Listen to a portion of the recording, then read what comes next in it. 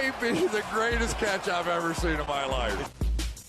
Alright guys, the reason I'm going to be making this video is just because this is what y'all asked for. I mean, at the very beginning of the week, I went out and told y'all, please leave comments with what y'all want to see on this channel. Please leave comments on if there's anything I can do to improve the videos. Please leave comments on any type of videos that y'all would like to see. And what y'all said is you want some more rest of season positional player rankings. So here we are going to cover the quarterbacks. These videos do take a lot of time to make. They take a lot of research that goes into them. So please, if you can, make sure you go down there, drop a like on this type of video if you would like to see it more. And as well, leave a comment telling me if there's any other thing that you would like to see on this channel going forward.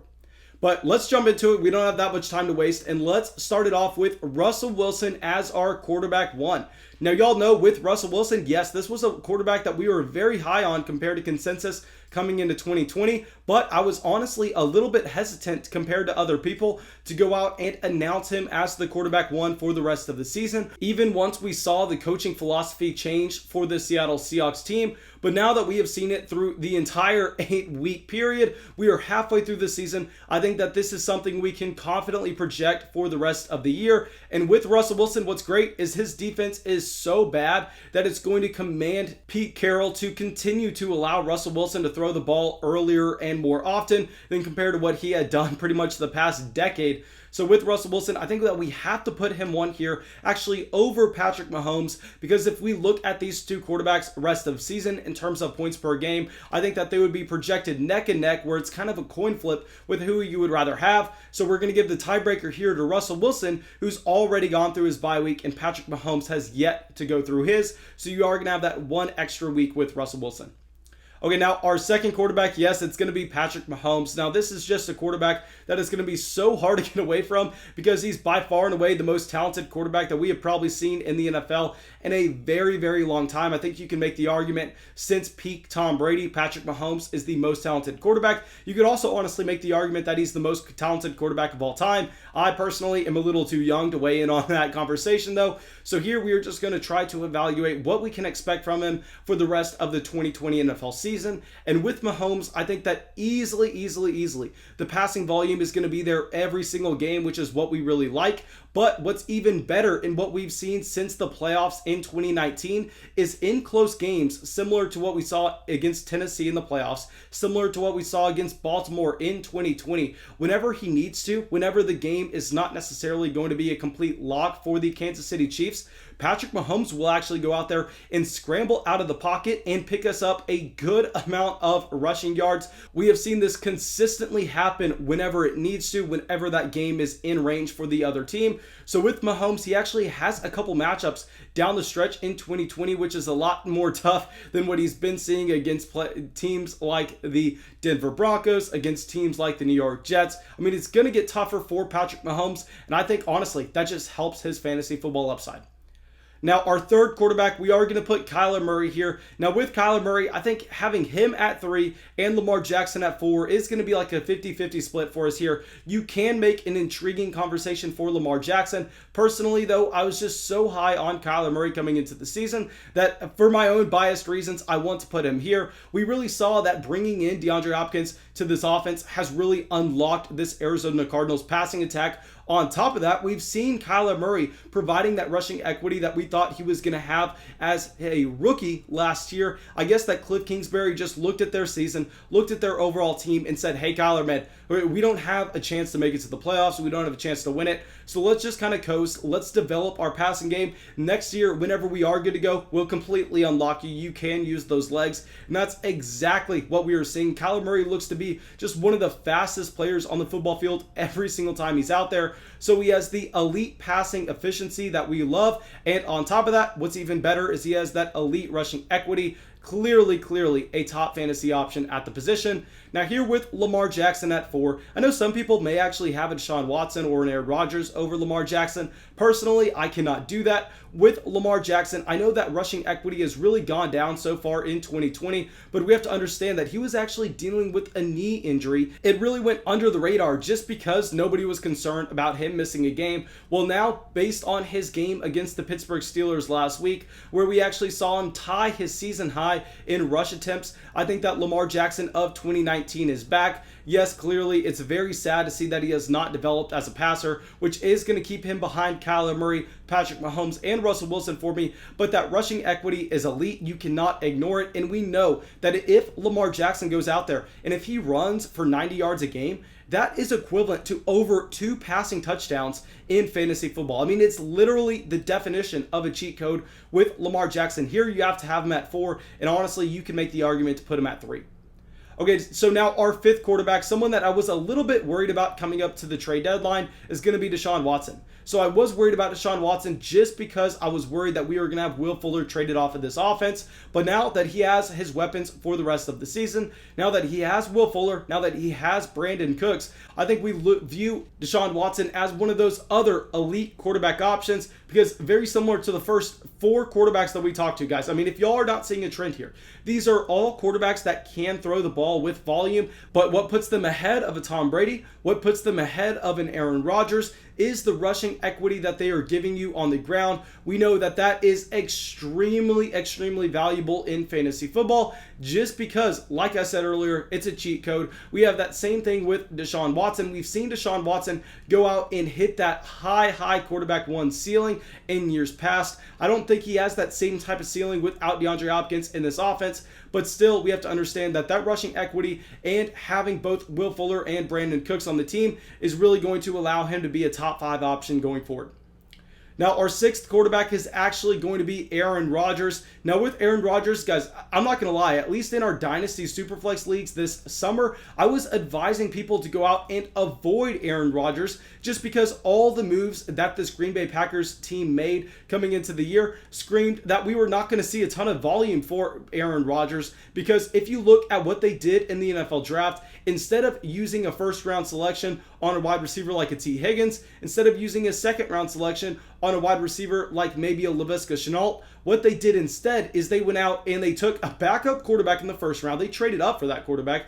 And then in the 2nd round, they went out and they invested in a power running back. And in the 3rd round, they invested in a hybrid tight end / fullback. So they were really gearing up to trying to mimic the Tennessee Titans.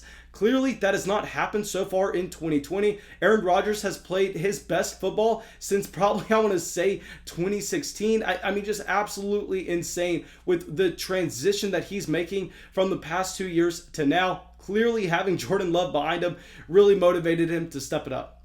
Okay, now our quarterback 7, I think that this is going to be someone that we just have to admit that we were wrong about. So with Josh Allen, yes, going into last week, I actually said that we were going to see a massive bounce back for Josh Allen against the New England Patriots once he was getting John Brown back to this offense, because with John Brown, he does provide that vertical threat that opens up space underneath for Stephon Diggs, for Cole Beasley, for Josh Allen to scramble out of the pocket. And really, up until then, we had seen Josh Allen string together about 3 horrendous performances in a row. And against the New England Patriots, yes, it was very bad weather. Still, we did not necessarily see what we wanted to from Josh Allen. Now, I'll say that we have to have him here at 7, because very similar to what the quarterbacks before him allowed is that rushing equity. We know that Josh Allen can go out and can vulture touchdowns away from the running backs at the goal line. At the same time, Josh Allen can hit those spike week performances where he throws for over 400 yards. So that's going to have him here at 7. Not to mention that he's probably going to be a top 3 quarterback this week against a very bad Seattle Seahawks defense.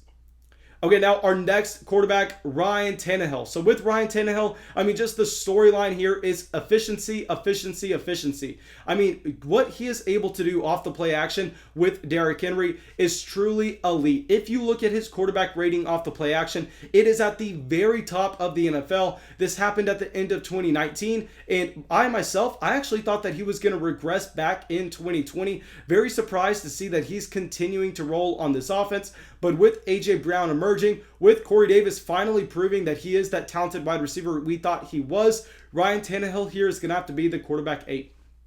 Okay, Now, our quarterback 9 here, I know this is going to be a little bit controversial for some people, but Tom Brady, yes, he's going to be all the way down here at 9, even though he probably has the best weapons in the NFL, and he is a very talented quarterback still. I kind of doubted him coming into this year, but what we have to look at here is the ceiling is going to be capped based on this team really wanting to play good defense and running the ball. And on top of that, we know Tom Brady has absolutely no rushing ability, so while he could very easily lead the NFL in passing yards from weeks 9 through 16, he has no shot at averaging 5 rushing yards a game, so that is going to severely lower his overall ceiling in fantasy football, whereas he may be a much better NFL quarterback than a player like a Lamar Jackson. Still, in fantasy football, that's not what we're looking for. Okay, now here at 10, we are going to have to include Joe Burrow. Joe Burrow really just providing everything that we would want to see from a rookie quarterback. He looks like he's probably the best rookie quarterback since Andrew Luck in terms of what he is doing off the volume he's doing it with. Really, we never see a team ask their rookie quarterback to throw this many times, to drop back this often, yet Joe Burrow is doing it and he's succeeding with it. And not only that, is we also see him. I know y'all are tired of hearing the words, but he has that rushing upside to really provide those top 5 quarterback weeks. Now here at 11, we're going to have Justin Herbert. I don't want to really spend too much time on this just because everything that we would say about Joe Burrow applies to Justin Herbert as well. I do not care if you go through and switch these two guys at 10 and 11. That's completely fine. But if we go down to 12, we are going to round out our quarterback 1s with Ben Roethlisberger. So the reason we have to put Big Ben here is, yes, he does not necessarily look like the same quarterback with that elbow injury, but still the weapons are so elite where he probably has the second best weapons in the NFL with Chase Claypool, Deontay Johnson, Juju Smith-Schuster, where just based on that alone in the efficiency we would expect from those wide receivers, he has to be here at 12. Okay, now here at 13 is actually going to be Carson Wentz. The reason Carson Wentz makes this list over the streaming options is that he is coming out and getting a much better schedule for the rest of the year. And on top of that, he is getting his weapons come back into this offense. Now, our last quarterback, I kind of debated not even including him on this list. I think you could chop him off, is going to be Matt Ryan. So with Matt Ryan, the reason I'm having to include him is just because the passing volume that we are seeing each and every week. And yes, we don't necessarily want to put him in our starting lineups this week with no Calvin Ridley. But once Ridley comes back in week 11, I think that we are going to be expecting Matt Ryan near the top of the NFL in passing yards. Yes, he's not going to be able to be a quarterback that's providing us any kind of rushing equity. That's why he's down here at 14 instead of higher.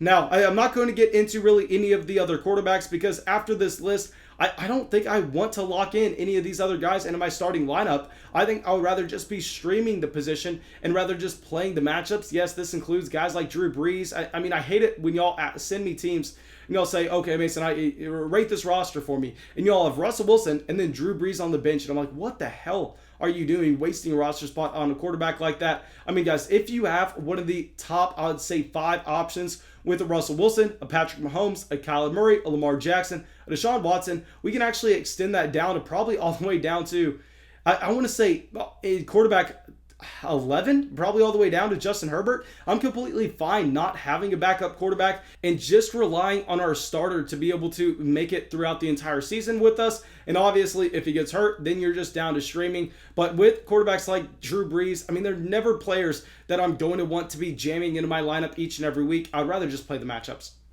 So thank you guys. I really hope you all enjoyed this video. If y'all did, please make sure you go down there, drop a like, leave a comment, subscribe to the channel. And yeah, I hope I see you in one of the live streams tonight.